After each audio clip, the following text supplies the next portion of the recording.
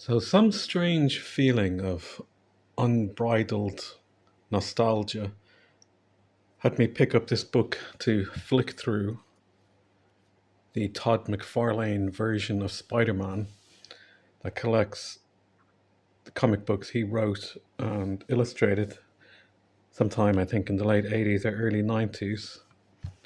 And some of these books would have been the first time I encountered the original Spider Man comics, long before there were movies. I was flicking through this, and when you look at them as an adult, it's all a bit disturbing how violent and nasty all the associations are. If I had a kid, uh, I wouldn't give them this to read.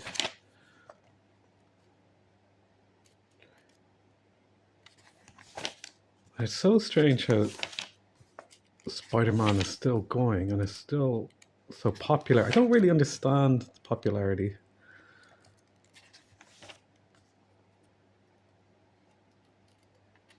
But these strange, ultra-violent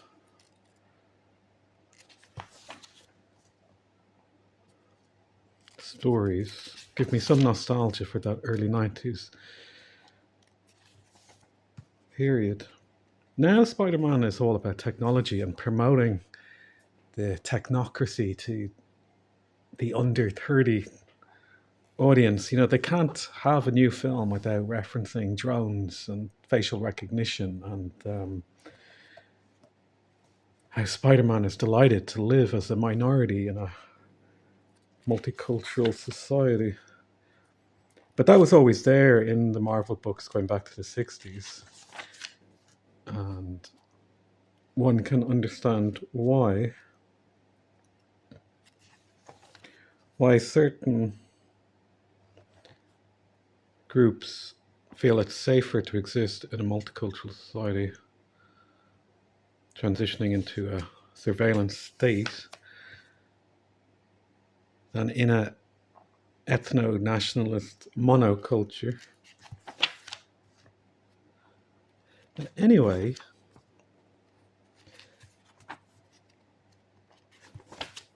yeah, this stuff really blew my mind as a kid. I couldn't get over the artwork. To me, comics were only, there's something more like humorous, satirical, World War II stories, Rupert the Bear, the Beano. Then you discover this American ultra violence. And this book compiles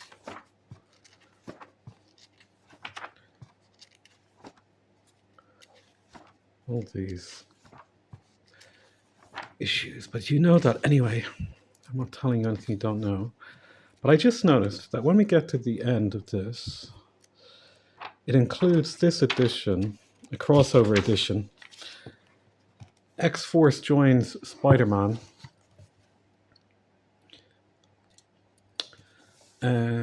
Published the 16th November 1991. Now, I don't know if I saw this originally in 91 or in the early 90s.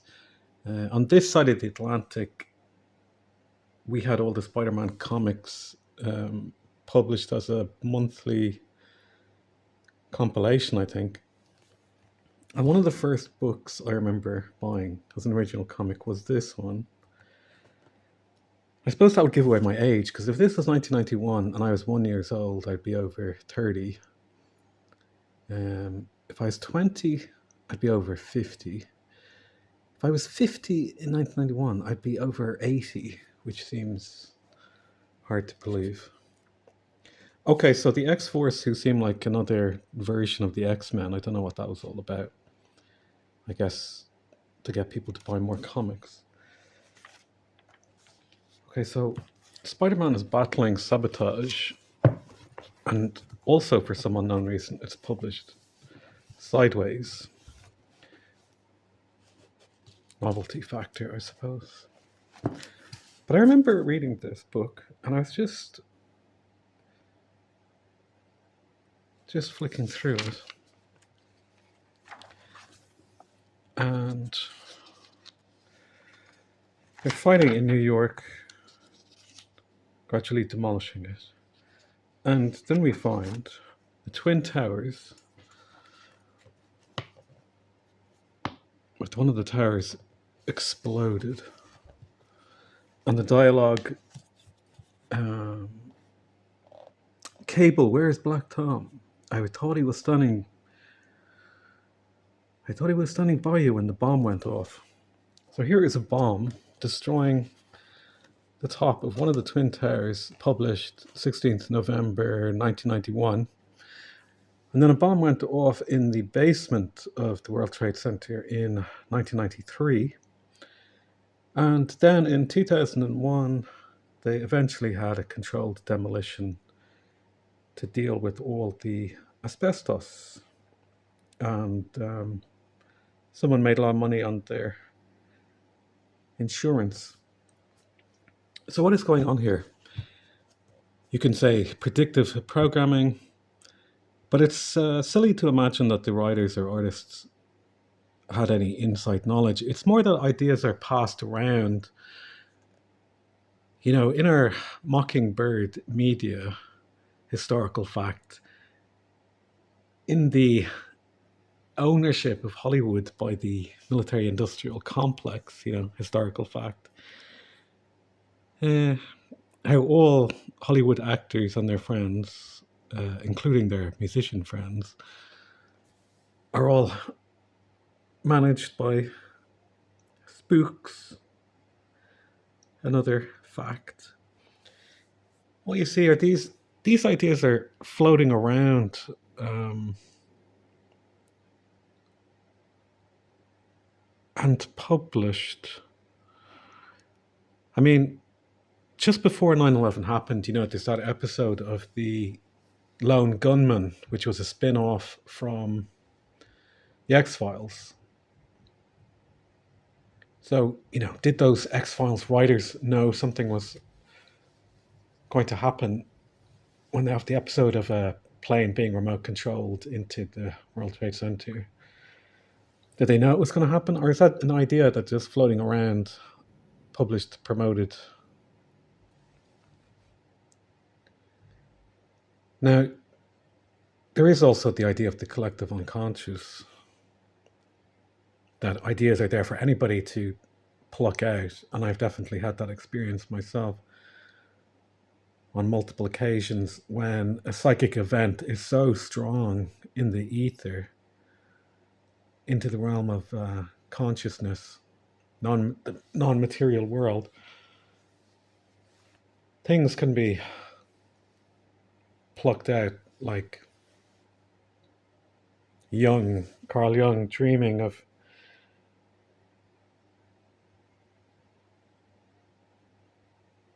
Europe flowing with blood just before World War I broke out.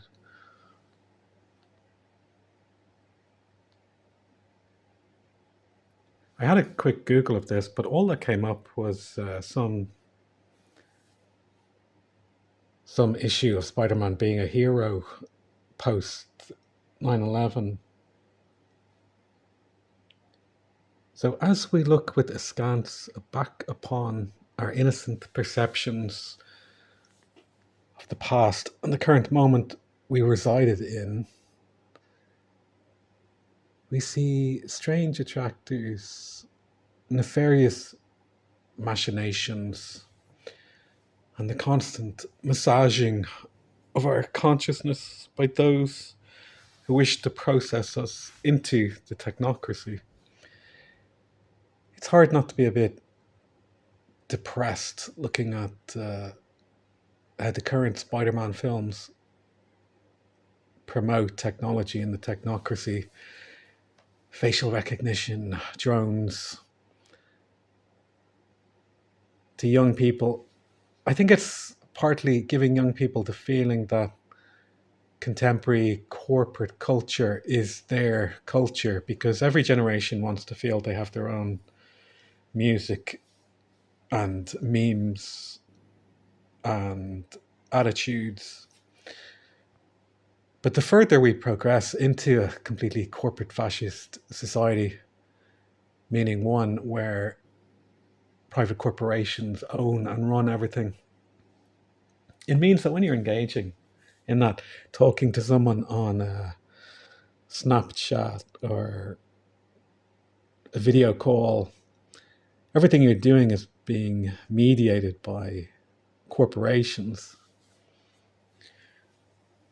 So the counterculture must return to the street because everything we're consuming is filled with these images going straight into our subconscious. I mean, one way of understanding it is we're less surprised by reality if it's prepared for us, like going to the cinema to watch Minority Report. And we see that in everything.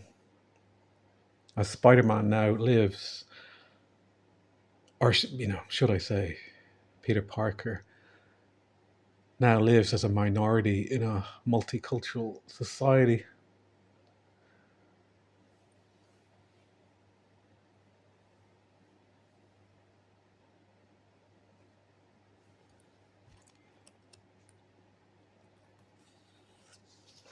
But it's in everything.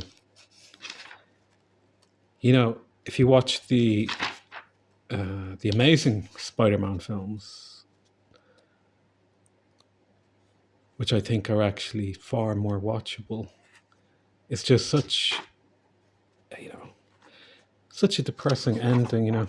Poor Gwen Stacy. They should have made a third film where they turn her into a robot or something. I don't know. Would have been a better ending. But even in the Amazing Spider-Man films, they're babbling on about the wonders of mRNA. When did those films come out? 10 years ago, 15 years ago.